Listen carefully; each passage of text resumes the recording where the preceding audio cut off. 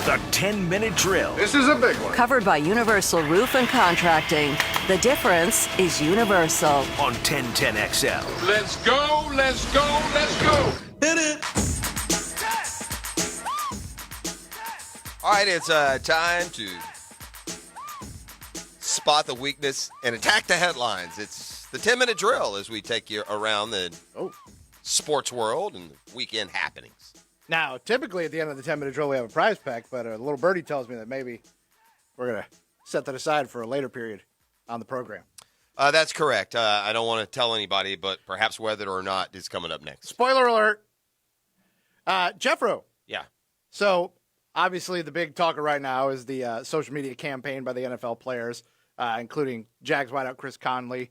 Byron Jones from the Dolphins, I guess, kind of spearheaded this, encouraged players to sort of be vocal about the lack of an established safety protocol as training camps now right around the corner. This doesn't feel like it's quite as contentious as the back and forth that Major League Baseball players had with their ownership, though. No, it doesn't seem like. Now, what will be interesting is, okay, so you just want a plan? Here's the plan. It's not that simple.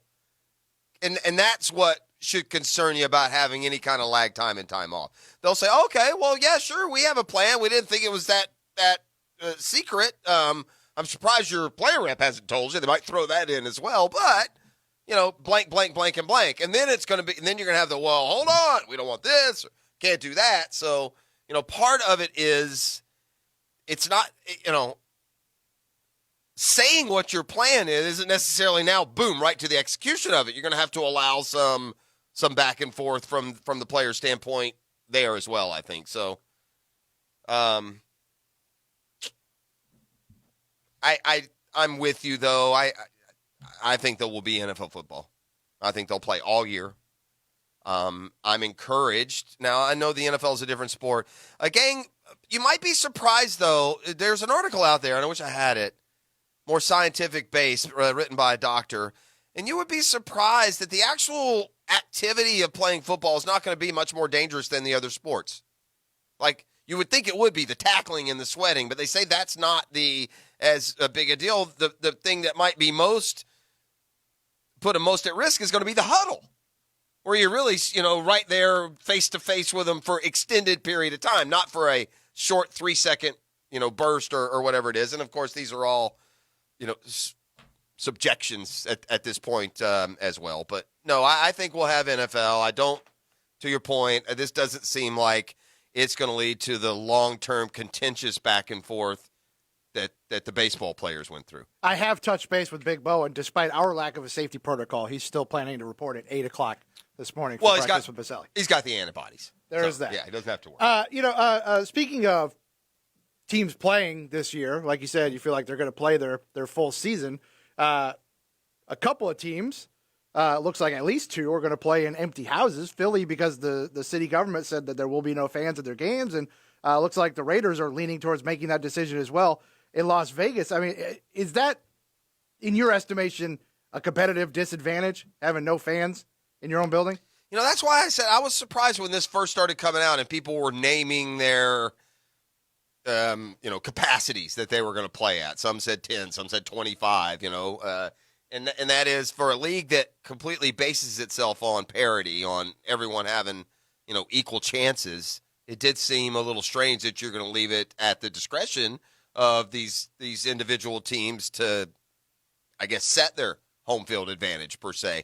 I don't know.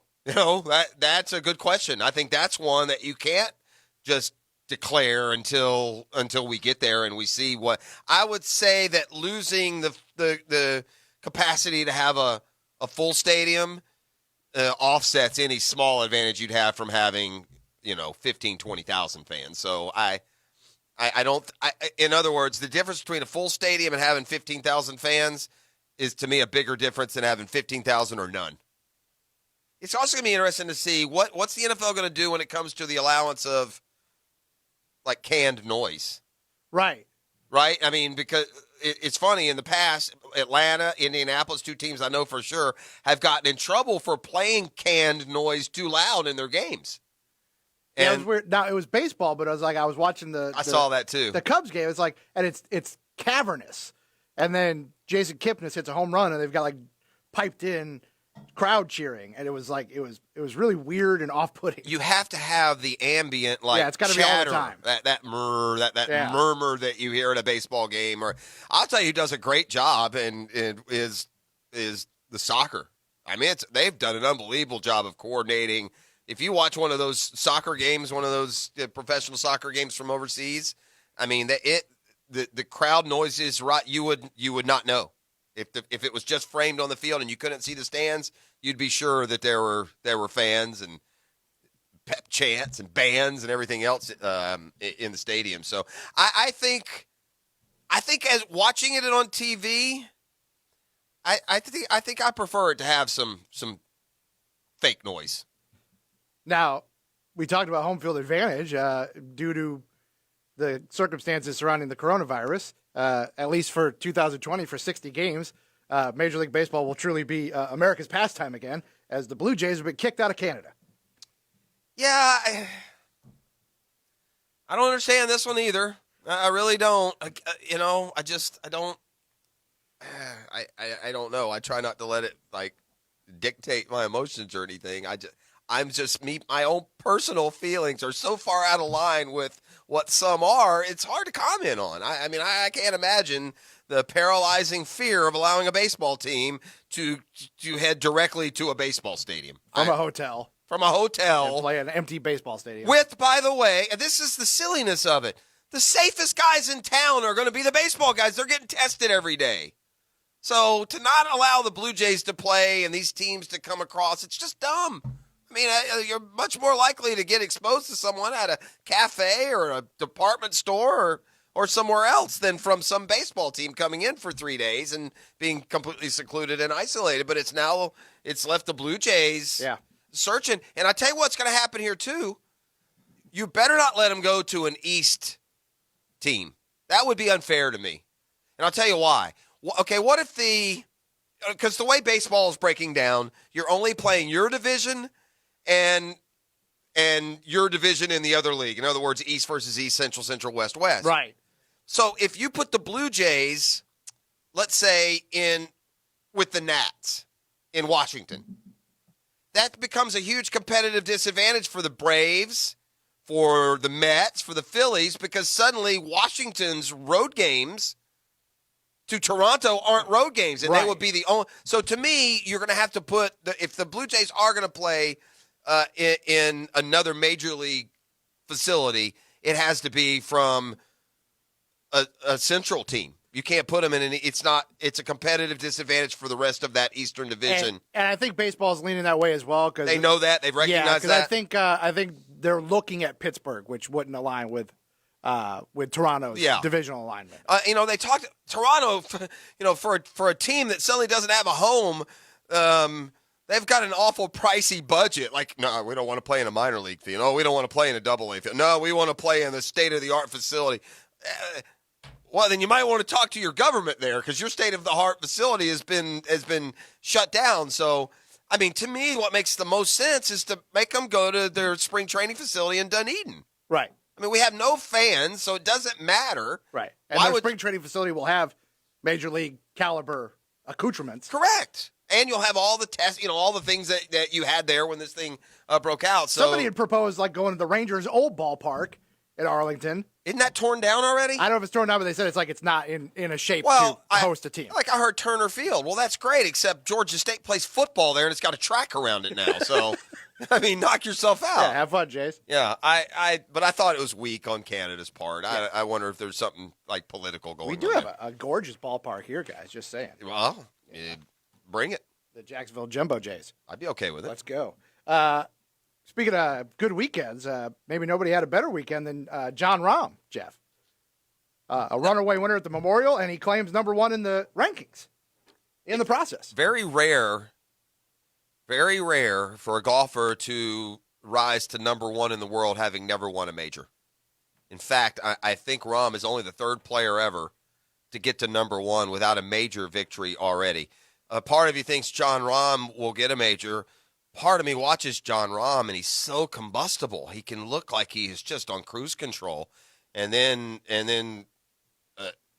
suddenly lose his game for a hole or two. And when he does that, he is more susceptible than your average player of losing his mind. And we saw it yesterday. I mean, the guy's cruising along with an 8-shot lead. He hits one shot bad, and he just pounds the turf, snaps the club. And, that's not going to behoove you if there's somebody right on your tail. Now, yesterday, there was no one right on his tail, and he definitely tamed that track a lot better than anybody else. That golf course played really hard this weekend.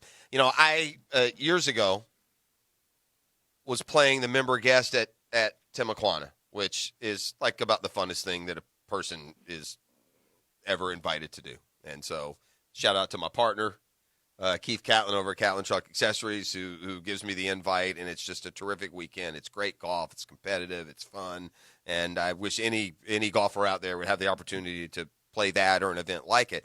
Well, one year that we were playing, the golf course was getting ready to redo their greens. And literally the last weekend that the old greens were going to be in play was the weekend that we played the member guest. And it was the hardest golf course, including TPC, Whistling Straits, some of the really hard ones I've had the chance to play.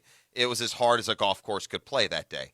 The winds, like they were at Memorial, were whipping. And the greens, they just let them go to make it difficult, to make them hard and crunchy and fast. And they totally flipped it from last week. So why did Tiger miss all those 3-foot putts? Because you just got to tap the ball, and you do that, you're not having near the authority and the and the target that you would normally. And so, just from my limited, much less ability and experience, it's a whole new ball game. And by the way, they literally started ripping the greens up before the golf tournament was over. Did you see that? Yeah, once they're clear of the early greens, it's like, see you later. Yeah, they're like get to work. Tearing up number 6. So, but the point being that they don't have to be as precise with those greens because they don't have to worry about them dying. That's why greens, they can only get them so fast. You have to water them and keep them healthy.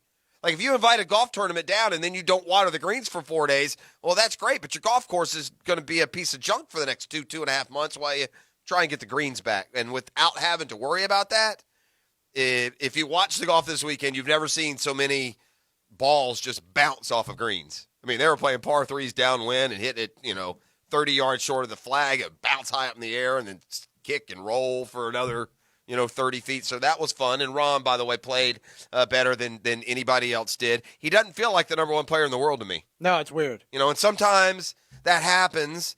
Most of the time, though, when a player becomes number one, you see why. I'm guessing that Rahm has become number one only because Rory must be really average for a long period of time now. Because it's not like Rahm's been a guy just blistering golf courses. Although maybe Rahm was a winner in the fall or before we had the shutdown.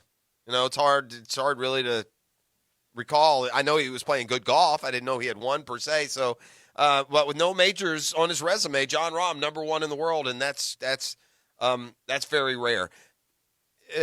Tiger's putting was terrible. His game wasn't bad.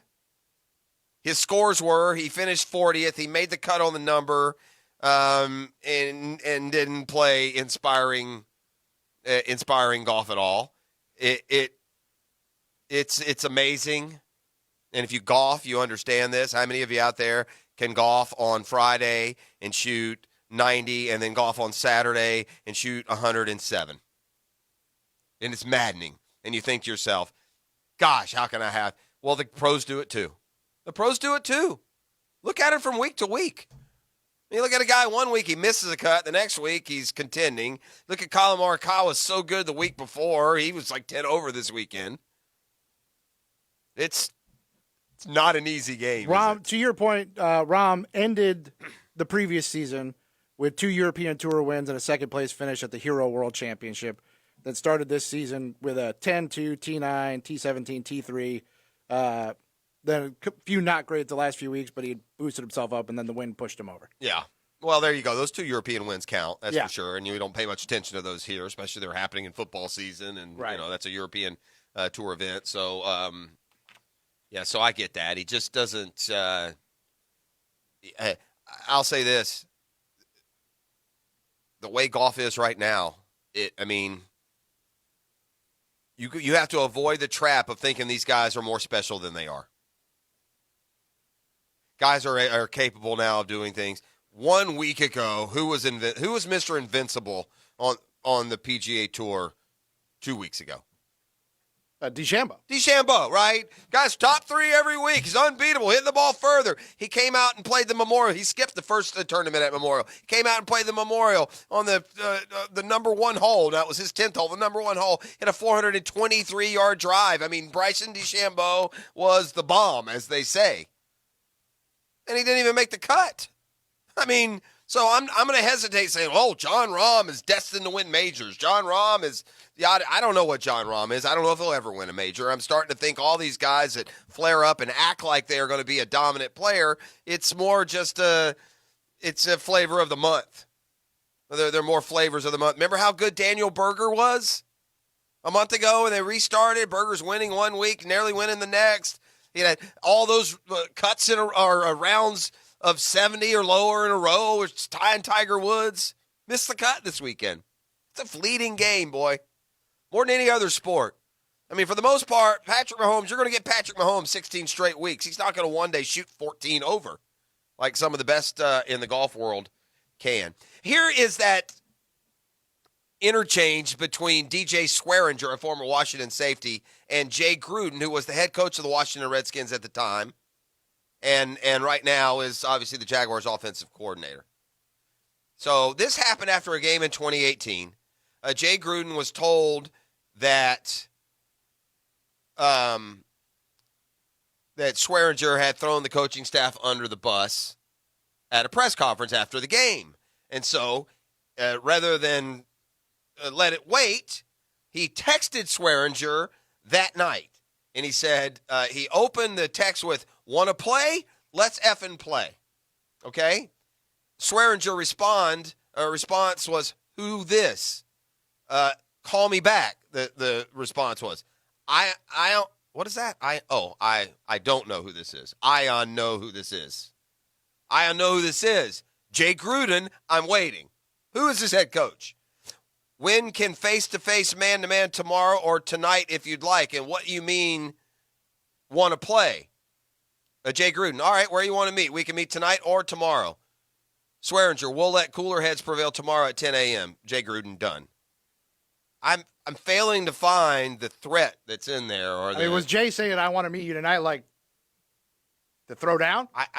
That's an awfully big leap of implication to say that your head coach is asking to fight you. I don't read anywhere in there. Want to play? Let's effing play. That's, we're going to play like that in the media now? That's what we're doing? All right, you want to have a talk? We'll have a talk. You're allowed to talk like that, by the way. That's not a threat. That's wow, you got a lot of nerve. All right, come on, I'll show you what I got. You want to play? All right, I can play. I'm the head coach.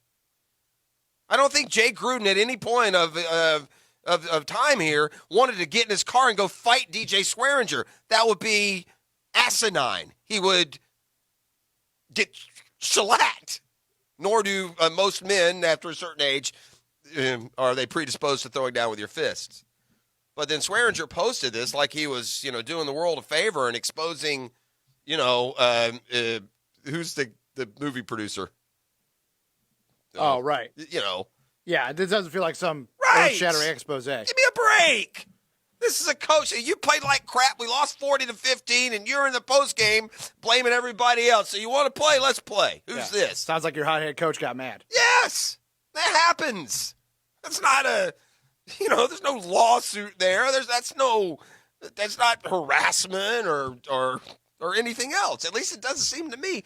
Not from at least what I expect from my band of warriors that are known as NFL players. Again, I am taking into account when I make these observations about the NFL and pro athletes that they are pro athletes, that they're gladiators, not jesters. Did you hear the post-race interview with Kyle Busch yesterday? I did not. Austin Dillon was the winner. Yeah. But Busch actually wrecked his car earlier in the race and managed to scrape together a top 5. And as you know, Kyle Busch is a guy who's not lacking for confidence or self-assuredness. Was asked about that and had the most Kyle Busch reaction you could ever have. I can't believe you could still drive. How did you drive that after hitting the grass like that and bending that splitter? KFB. KFB. You know what KFB. He's Kyle Jay Gruden. You want to play? He's adjective. Yeah, you're the best, Kyle. Yeah, you're the best. It was Austin Dillon who won yesterday, and Austin Dillon, that's a nice win for him because That's AFD. Yeah, AFD. Right. KFB. What a JA. How about throw JA in there, Kyle? Although I guess it was news that Harvick or Hamlin. KFB. How about KFC? I'd rather have some of that.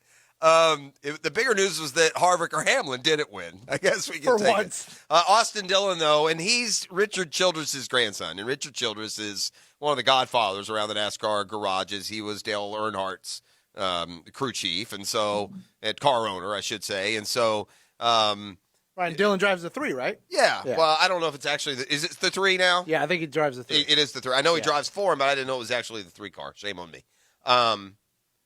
But there's this insinuation that he has the job only because he's Richard Childress' grandson. He's got Silver Spoon ride, and so he even made the comment, "Not bad for a Silver Spoon kid, huh?" So anyway, that's He's good, but he's no. KFB. KFB. Jeez, JA. He did not add. All right. Your chance to win is going to have to wait about 10 minutes. I'm going to make you earn it today. We'll play whether or not. I intentionally waited to this point because Tony Baselli last time had some very, He's not a fan. Yeah, I thought it was very rude, but that's nothing new. But he had some very rude things to say about whether or not, which I think speaks to how out of touch both Tony and your illustrious host Dan Hicken are. You can say what you want about the dynamics of this radio program. Whether or not is a favorite. It's a hit. And I'm not going to let these curmudgeonly old boomers stop me from playing. So load up those phone lines, 641-1010, 641-1010. When we come back, going to give you a chance to win $20 in Moe's Bucks as they celebrate the grand opening in Tinseltown.